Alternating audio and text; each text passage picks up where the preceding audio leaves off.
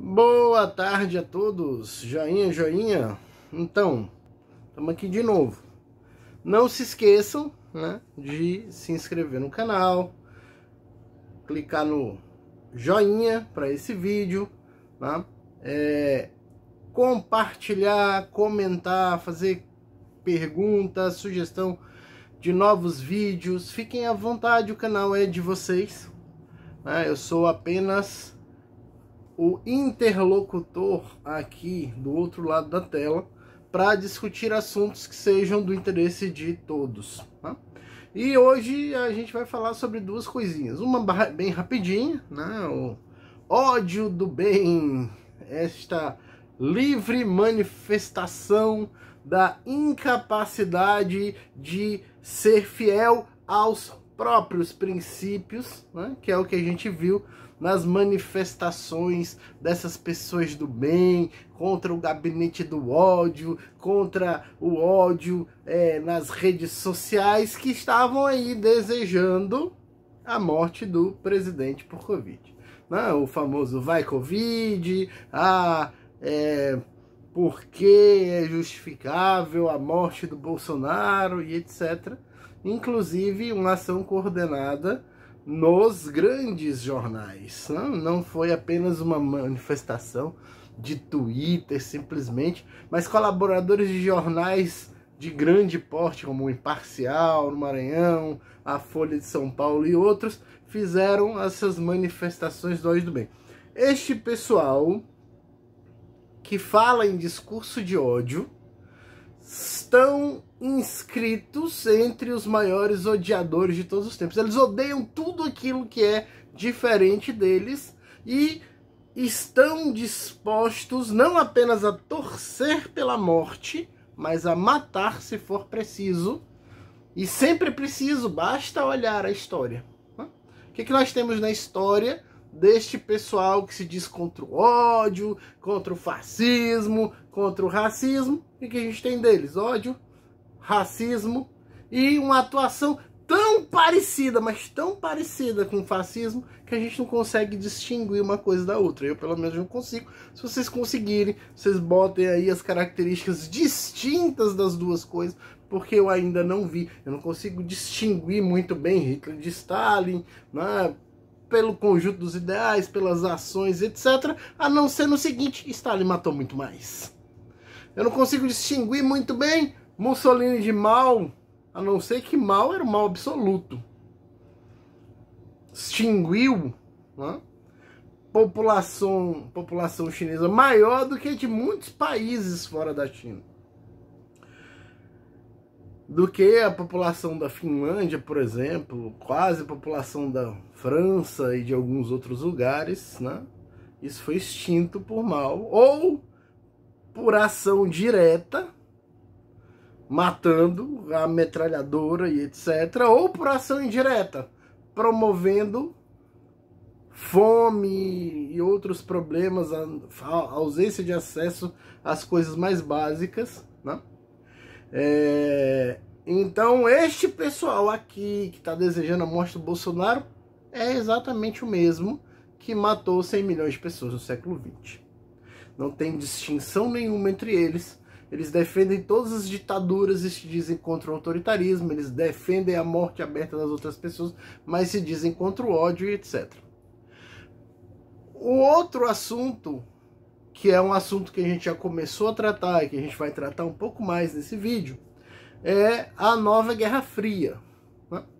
Por que eu tratei os dois assuntos juntos? Porque eles estão relacionados. O que está acontecendo no Brasil? Um reflexo da ação que ocorre no restante do mundo. Existe um certo tipo de pensamento querendo hegemonizar a cultura, a ação no mundo, a ação política, a ação político-cultural e etc.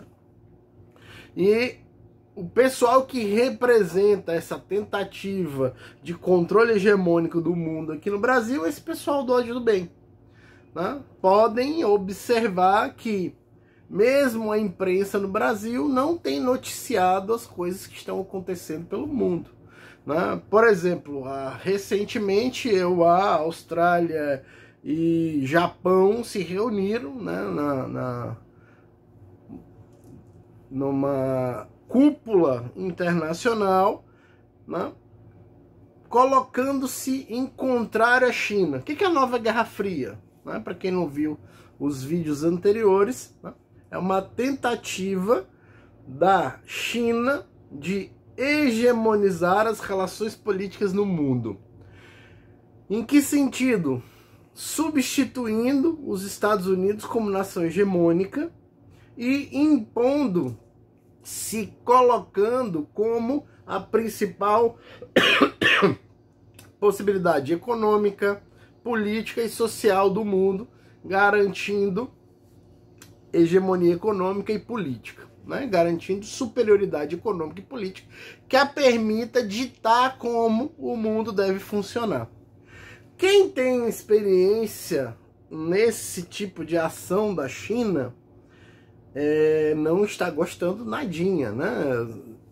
Pouco tempo atrás a gente falou sobre a questão da Inglaterra. A China está tentando impor à Inglaterra, por exemplo, o 5G da Huawei. Para fazer essa imposição, o que ela utiliza? Todas as suas ferramentas econômicas. Então, ela já ameaçou deixar de fazer investimentos na Inglaterra que estavam em andamento com as suas empresas, etc. Uma coisa que fica clara nas relações da China com o restante do mundo é que ninguém confia na China. Os Estados Unidos, antes dos Estados Unidos, a Índia, né, tem banido até mesmo apps, programas desenvolvidos para celular. Os Estados Unidos agora estão pensando em acabar com o TikTok, proibi-lo proibir o uso do TikTok nos Estados Unidos. O TikTok está correndo, é uma empresa de Hong Kong, está correndo para se livrar da China, dizendo, olha, não temos relação com a China, e etc. Hong Kong é um outro problema. Havia um acordo para que Hong Kong mantivesse o seu sistema de liberdade, democracia, etc. A China está rompendo esse acordo. Esse foi um acordo feito com a Inglaterra, com coordenação de vários outros países, né? E isso mostra que a China não é mesmo confiável. Essa Guerra Fria, essa nova Guerra Fria, ela é bastante diferente da Guerra Fria antiga. O que era a Guerra Fria antiga? Eram os Estados Unidos de um lado, como polo capitalista, reunindo ideologicamente aqueles que se alinhavam a ele, do outro lado a União Soviética, como polo socialista, reunindo aqueles que se associavam a ele. A China não é um polo desta maneira. Não existe em torno da China um acordo, por exemplo, ideológico. Né? Quem são os grandes parceiros da China? Falava-se que havia um grande conluio russo-chinês. Agora, com o conflito Índia-China, ficou claro que esse acordo russo-chinês, se existe, é muitíssimo frágil. Né? Por quê? A China e a Índia estão praticamente em guerra. Já estão numa guerra econômica e já havia uma guerra tecnológica anterior. Deixa eu abrir um parênteses para falar rapidamente sobre essa questão da guerra tecnológica. A Ásia, a Eurásia como um todo, ela é um espaço gigantesco de terras, recursos e etc., mas se tornou pequena. Né? Se você der uma olhada no livro do Kaplan, Vingança e Geografia, ele vai dizer, olha, essa grande porção da terra do mundo, né, ela se tornou pequena por causa de avanços tecnológicos, avanço populacional e etc. Se você pegar ali, 60% da população do mundo está na Eurásia. Então, se tornou pequeno, né, e demanda um volume gigantesco de recursos. Isso leva a um caldeirão efervescente. Né? Se você pegar só a China e a Índia, tem mais de 2 bilhões de habitantes. Como é que você alimenta, põe em movimento, educa? De onde você vai tirar recurso para isso? Então, aquilo é um caldeirão de guerras por recursos. e há um expansionismo chinês óbvio desde Xi Jinping. Então, algumas análises começam a dizer assim, essa Guerra Fria, ela começa não agora com a eleição do Trump, como alguns têm dito, mas muito antes com a elevação do Xi Jinping a secretário-geral do Partido Comunista Chinês. Por quê? Porque é o Xi Jinping quem coloca em ação a atividade expansiva da China. A China hoje tem pretensões de expansão, inclusive territorial. É o que a colocou em conflito com a Índia, por exemplo.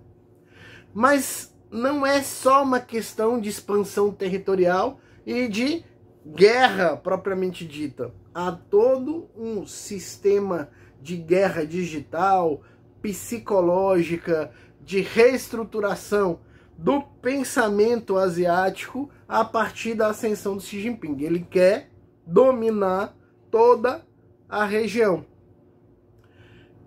Para isso, não tem nenhum pudor, nenhum escrúpulo, atua diretamente, por exemplo, invadindo terras, por exemplo, ocupando espaço marítimo, expandindo militarmente a China. Né? Isso, acompanhem isso, não sai notícia no Brasil, é impressionante. Né? Por que não sai notícia no Brasil? Porque essa galera do bem, lá da primeira parte da notícia, domina a imprensa nacional, a extrema imprensa, que é assim denominada pela oposição, né? Ou seja, pela situação governamental.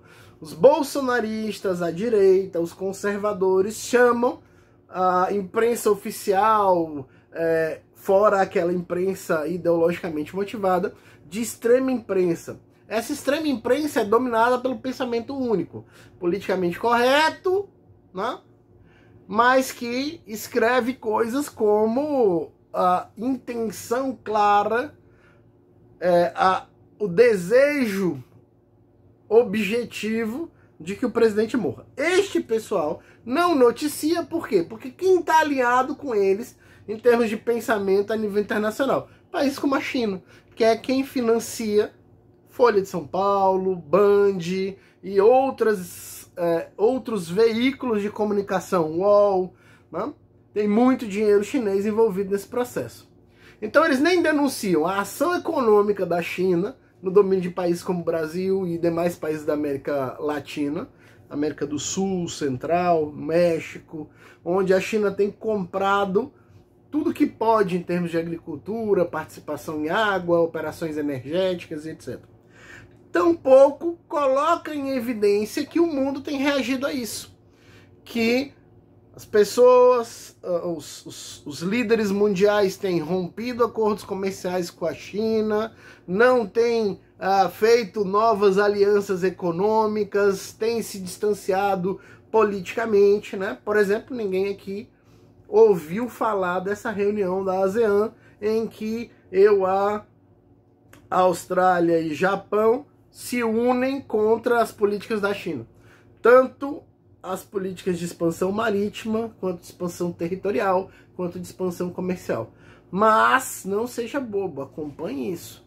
A maioria dos jornais internacionais tem lá uma paginazinha em português. Entre nos jornais internacionais e acompanhe, porque está se desenrolando no mundo os meios para que aconteça uma guerra fria, que em algum momento pode se tornar uma guerra quente.